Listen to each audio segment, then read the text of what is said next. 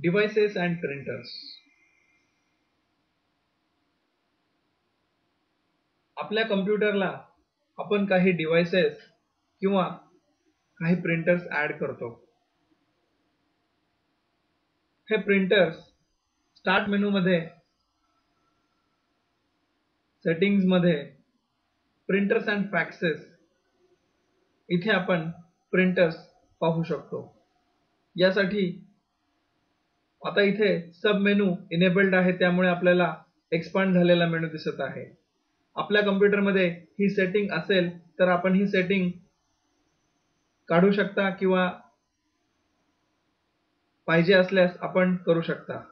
हे आपण पाहिलेच आहे की आपण कशा प्रकारे हे ओपन करू शकतो.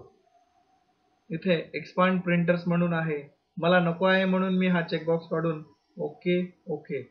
आता मी स्टार्ट मेनू मध्ये, सेटिंग्स मध्ये प्रिंटर्स यावरती क्लिक केल्यानंतर मला प्रिंटर्स अँड फॅक्सेस ही एक नवीन विंडो ओपन झालेली आहे. यामध्ये मला या मशीन मध्ये वेगवेगळ्या प्रकारचे जे प्रिंटर्स आहेत हे सर्व प्रिंटर्स मला इथे दिसतात.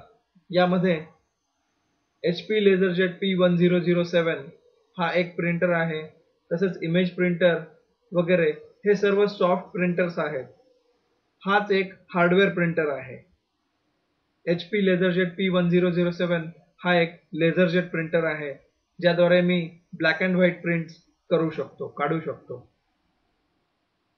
नवीन प्रिंटर ऍड करण्यासाठी ऍड प्रिंटर, तसेच सेटअप फॅक्सिंग वगैरे या सर्व गोष्टी मी इथून कंट्रोल करू शकतो.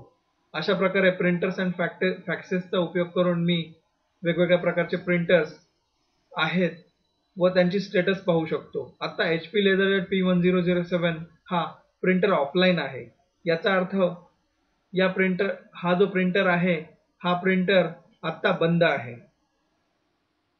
आता या प्रिंटरवरती मी डबल क्लिक करणार आहे किंवा राईट क्लिक करून ओपन करणार आहे.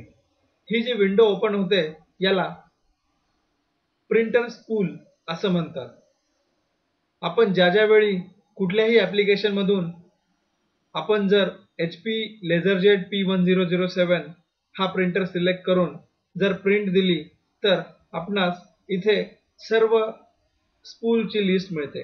स्पूल म्हणजे एक असा क्यू की ज्या क्यू मध्ये आपण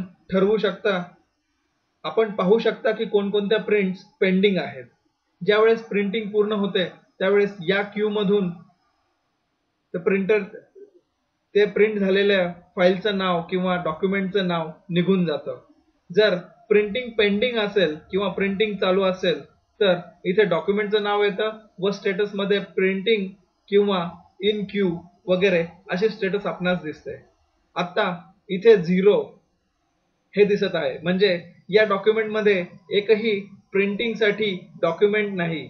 जर आपण कुठल्याही ऍप्लिकेशन मधून प्रिंट दिली आणि आपला प्रिंटर बंद असेल तर या स्पूल मध्ये येऊन ती डॉक्युमेंटची प्रिंट थांबते व इथे आपल्याला दिसू शकते की बाबा किती प्रिंट्स शिल्लक आहेत, किती डॉक्युमेंट्स प्रिंट होणे बाकी आहे. अशा प्रकारे आपण वेगवेगळ्या प्रिंटर्सच्या सहाय्याने आपण ठरवू शकतो, वेगवेगळ्या प्रिंटर्स मध्ये किती डॉक्युमेंट्स प्रिंट होणे बाकी आहे हे आपण या प्रिंटर्स अँड फॅक्सेस मधून पाहू शकतो. तसेच त्यांची स्टेटस ही पाहू शकतो.